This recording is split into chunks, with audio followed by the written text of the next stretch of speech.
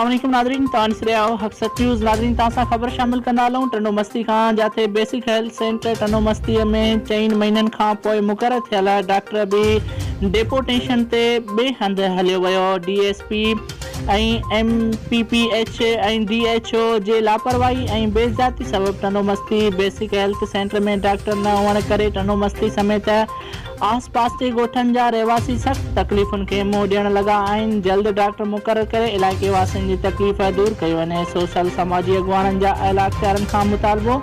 नाज़रीन रिपोर्ट करे रहियो ख़ान हक़सत न्यूज़ टनो मस्ती।